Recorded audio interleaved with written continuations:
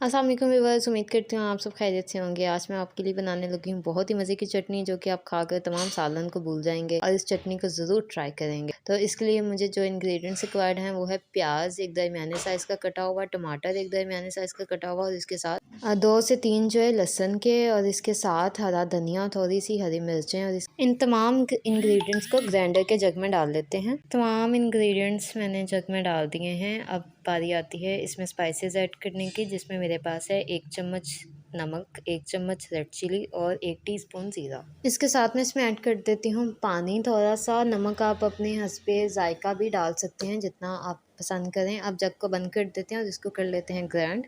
इसको मैं ग्राइंड कर लेती हूँ। ये 30 से 40 सेकंड में ग्राइंड होकर बहुत मज़े की चटनी जो है वो बिल्कुल तैयार हो जाती है, जो आप ज़रूर ट्राई करें। आप यकीनन सालन को भूल जाएंगे और आप सारी रोटी अपनी चटनी के साथ ही खा लेंगे। अगर रेसिपी अच्छी लगी हो तो चैनल को लाइक, शेयर और सब्सक्राइब ज़रूर करें। अपना बहुत सा ख्याल रखें। अल्लाह हाफ़िज़।